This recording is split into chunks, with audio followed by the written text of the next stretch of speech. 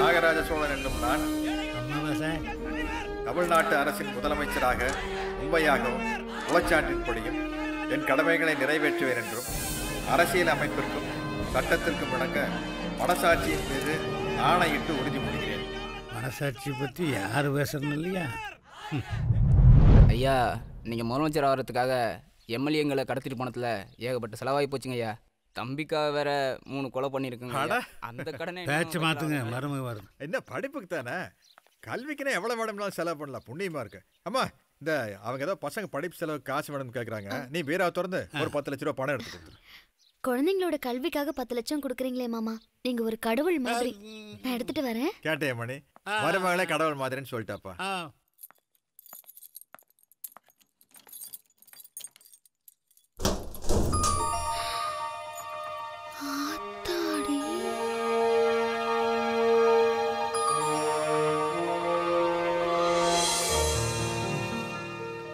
ரூபா பணம் எடுத்துட்டு வரக்கு எவ்வளோ நேரம்?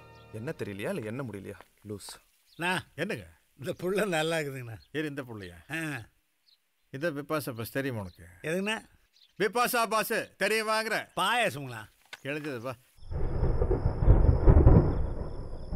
என்னங்க, ஒரு பீரோவில் இவ்வளோ பணம் இருக்கே, அப்போ மற்ற பீரோவில் எவ்வளோ தங்கம் இருக்கும் சொல்லுங்க, எவ்வளோ தங்கம் இருக்கும்? நீ என்னடி இன்கம் டேக்ஸ்காரங்க மாதிரி கேட்குற? யாருக்கு தெரியும்? இவனுங்களுக்கு தெரியாது. ஆனால் நாளைக்கு வடக்கிருந்து வருவானுங்க பாரு ஆஃபீஸர்ஸ், அவனுக்கு கணக்கு போட்டு தங்க விளவு இருக்கு, வெள்ளி எவ்வளவு இருக்குன்னு குண்டுமணி விடாமல் கணக்கு போடுவானுங்க. அப்போ தெரியும். முதல்ல வாரிசுக்கு ஏற்பாடு பண்ணுவோம். எங்கள் அப்பா வேற பேரனை பார்க்கணும் துடிச்சிட்டு இருக்கிறாரு. I love you டா. I love you too. அச்சா நான் ஏமணி என்னங்க ஒரே சிரிப்பாக இருக்குதுங்க. அது நம்ம பையனை அந்த பிள்ளையும் ரொம்ப சந்தோஷமா குடும்பம் நடத்துறாங்க மணி. அதை பார்க்கும்போது எனக்கு ரொம்ப சந்தோஷமா இருக்கு. நான் வாழ்க்கையிலேயே அடுத்தவங்க சந்தோஷத்தை பார்த்து நீங்க சந்தோஷமா இருக்கிறது தானே first time. Please keep it அப்னா. அஃப்கோர்ஸ் மணி, இனிமே சொத்தெல்லாம் என் மருமகளுக்கு தான். அவளை 8 ஏக்கரா 30 சென்ட் காரின்னு இந்த ஊருக்குள்ள இனிமே ஒரு நாய் சொல்ல முடியாது. அண்ணா, எந்த நாயை அவங்கள அப்படி சொன்னதே இல்லைங்கண்ணா. நீங்க ஒருத்தர் தான் அப்படி சொல்லிட்டே இருக்கீங்க. இன்டைரக்டா நாய்ங்கிற. அண்ணா, உங்களுக்கு கண்ணு சின்னதாக இருந்தாலும் எக்ஸ்ரே கண்ணுங்கண்ணா, மனசுக்குள்ள ஒரு ஓவரத்தில் இருக்கிறது கூட கண்டுபிடிச்சிருங்கண்ணா. அதை கன்ஃபார்ம் பண்ற பாரு. பொழைச்சுப்பா, இன்னைக்கு நான் ரொம்ப சந்தோஷமா இருக்கிறேன். வா 2 பேரும் சந்தோஷத்தை கொண்டாடலாம்.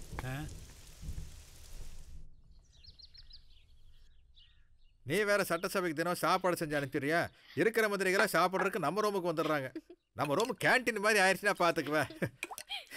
நாளைக்கு 20 ஆபீஸருக்கு வேற வராங்க. வரட்டும் மாமா, எத்தனை பேர் வேணாலும் நான் சமைச்சு அனுப்புறேன். நீ என்ன வேணாலும் செஞ்சு அனுப்பு, இந்த போன்ல சிக்கன் மட்டும் அனுப்பாரு. ஏன் மாமா?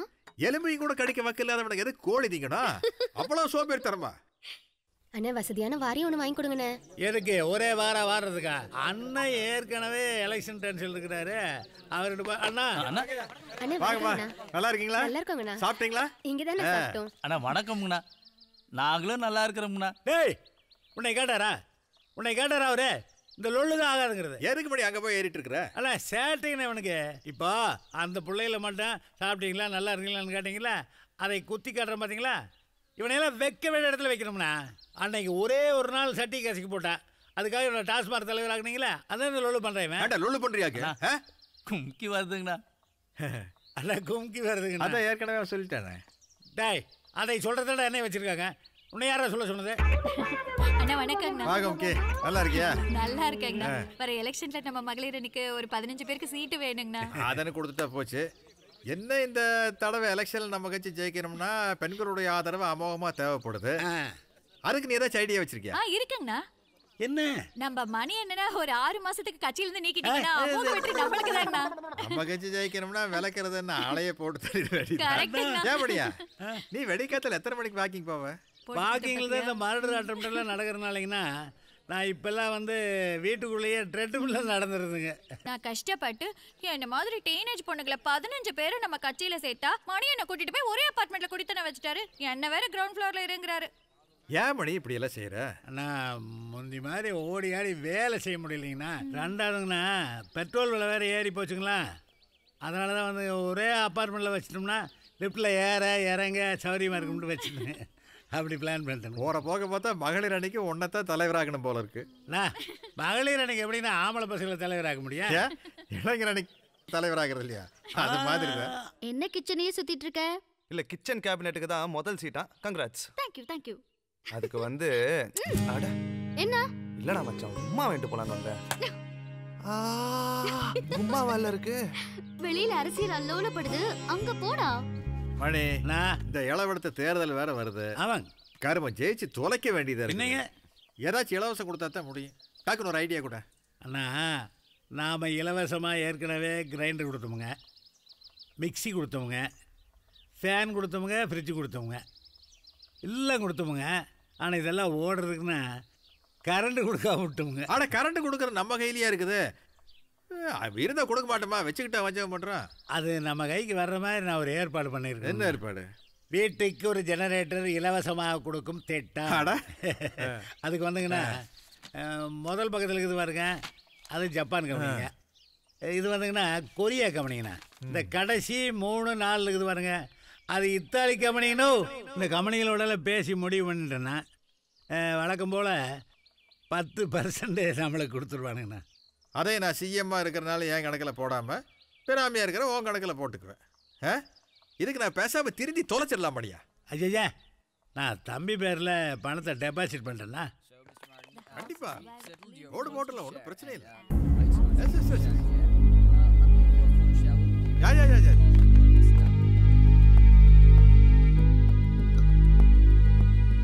எனக்கு அநியாயமா இருக்கு. நம்ம நாட்டை வெள்ளைக்காரங்களுக்கு கூறு போட்டு வித்துட்டு இருக்காங்க. அந்த பீரோல இருக்கிற டாக்குமெண்ட்ஸ் பார்த்தேன்னா எந்தெந்த நாட்டுக்கு எவ்வளவு வித்திருக்காங்கன்னு தெரியும். இது அயோக்கியத்தனம்க்கா. பெரிய அயோக்கியத்தனம்மா. இவங்களை பொறுத்த வரைக்கும் பொண்ணுங்க வெறும் போக பொருள், பூமியும் வளங்களும் வியாபார பொருள், அவ்வளவுதான். அப்போ ஜனங்களோட கதி? பாவம்மா ஜனங்க. நம்ம நாட்டுல ஓட்டு போடுறதுக்கு மட்டும் இல்லம்மா மெஷின், அதுல ஓட்டு போடுறாங்களே அந்த ஜனங்களும் மெஷின் தான். எனக்கு வர கோவத்துக்கு கோவப்படாத, நக்சலைட்ஸ்ன்றவாங்க.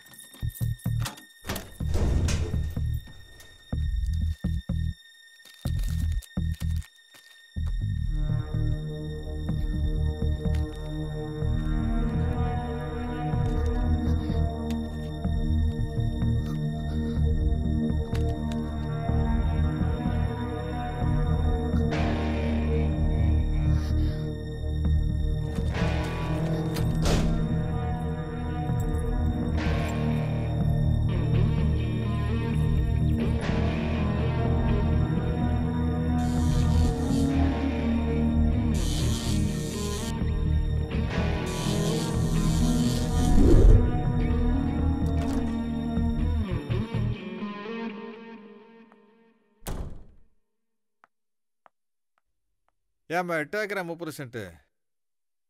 என்னமோ இந்த ஹார்ட் டிஸ்க்கு பென்ட்ரைவ் எல்லாம் எடுத்து நோண்டிட்டு இருந்தியே, என்ன அதில் சினிமா பார்க்கலான்னு பார்த்தியாக்கு? நானும் பிஎஸ்சி கம்ப்யூட்டர் சயின்ஸ் படிச்சவதான். சட்டவிரோதமா நீங்க சம்பாதிச்சு வச்சிருக்கிற சொத்து, உங்க அரசியல் வாழ்க்கைக்கு எதிராக வந்தவங்கள நீங்க பண்ண கொலை, ஸ்விஸ் பேங்க்ல உங்களுக்கு இருக்கிற கருப்பு பணம், இது மட்டும் இல்லாம இன்னும் எத்தனை வெளிநாட்டுல நீங்க பதுக்கி வச்சிருக்கிற சொத்து எல்லாம் எனக்கு தெரியும். நான் எனக்காக சொத்து சேர்க்கிறேன்? என் மகனுக்காக, உனக்காக, உங்களுக்கு பிறக்க போற குழந்தைக்காக, இன்னும் 10 தலைமுறைக்கு நாகராஜ சோழனுடைய பரம்பரை உட்கார்ந்து சாப்பிடணுங்கிறதுக்காக. நீங்க சேர்த்து வச்சது பாவ பணம், அதுல 10 பைசா கூட எனக்கு வேண்டாம். நீங்க அடிக்கடி கிண்டல சொல்வீங்களே 8 ஏக்கர் 30 சென்ட்னு, அது என் அம்மா அப்பா எனக்காக கஷ்டப்பட்டு சேர்த்து வச்சது.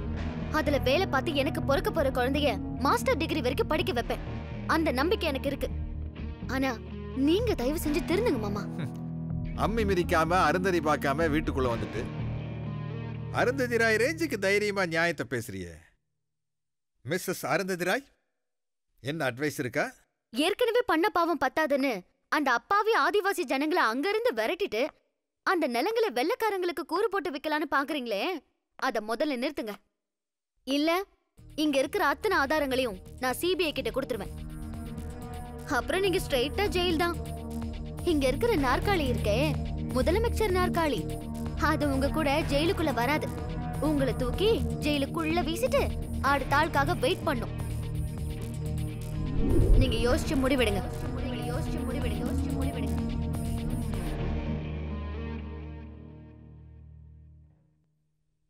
ஐயா உனக்கு ஒரு வேலை வந்துருச்சுப்பா. டேய் டானு, இந்த சாவுக்கு பயப்படாமல் தைரியமாக இருக்கிறான் பாரு ராஜகோபால், அவனை போட்டு. சரிங்க ஐயா. போ. அப்புறம் டே ஓ ஐயா முக்கியமான ஆளோட பேரை சொல்றதுக்கு மறந்துட்டேன் பாரு. இந்த 8 ஏக்கரா 30% காரி இருக்கால்ல, வேற என்னமோ இளவுகரமோ, இந்த சண்பாவள்ளி, அவளையும் போட்டு. சின்னம்மாவையா? டேய், உன் சின்ன மலையாட போட சொன்னேன். உங்களுக்கெல்லாம் எதுக்குடா சென்டிமெண்ட்டு? போய் போட்டுரு. 1000 தான் இருந்தாலும் செண்பகவள்ளி என் மருமகன். அவளை மட்டும் வலி தெரியாம அவ துடிக்க கூடாது. அவ சாகிறத அவளுக்கே தெரியாம ஒரே வீசில் போயிடும். ப்ளீஸ். போ போமா போ.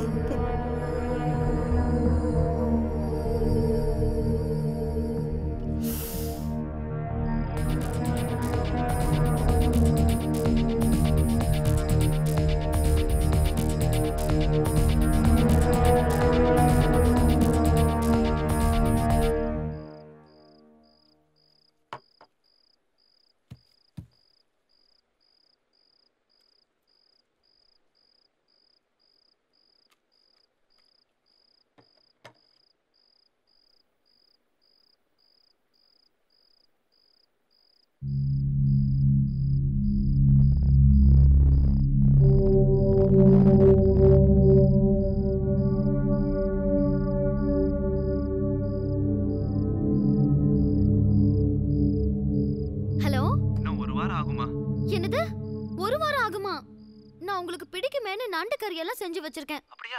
ஆமா. இத முதல்லயே சொல்லி தொலைச்சிருக்கலாம்ல. அந்த நண்டு குளத்துலயாவது உயிரோட இருந்திருக்குமே. சென்ட்ரல் மினிஸ்டர் சொல்லும்போது நான் என்னமா பண்ணிட்டோம்? சரிதான். அப்ப இன்னைக்கும் நான் தனியா தான் உட்கார்ந்து சாப்பிடணும். பேசாம நான் உங்களை கட்டிக்காமலே இருந்திருக்கலாம். இங்க டெல்லியில குளிர் தாங்க முடியல. இது பாரு, ஞாயிற்றுக்கிழமை 5 மணிக்கு நீ வர. அன்னைக்கும் நீ வரல, தலையில ஒரே கொட்டுதான். சாரிமா, நான் வந்துடுறேன். போடா. ஆள பாரு. ஆள் இருக்காங்க. நான் உங்களை கூப்பிடுறேன். ஹலோ. சாப்பிடுங்கண்ணா. ஏன்னா ஏசி டைனிங் ஹால்ல இப்படி வேர்க்குது? என்ன என் மாமனார் உங்களை திட்டாரா? அம்மா, நான் ஒரு அனாதம்மா. நீ இந்த வீட்டுக்கு மருமகளா வந்ததுக்கு அப்புறம் தான், உன் கையால் சாப்பிட்ட பின்னாடி தான் எனக்கு பந்தம் பாசம் இதெல்லாம் என்னன்னு புரிஞ்சதும்மா. ஆனால் இப்போ உன்னை கொலை பண்ண சொல்லி உங்கள் மாமனாரே அனுப்பியிருக்காருமா. நான் இப்போ உன்னை கொல்லாட்டி அந்த ஆள் என்ன கொன்றுவாம்மா.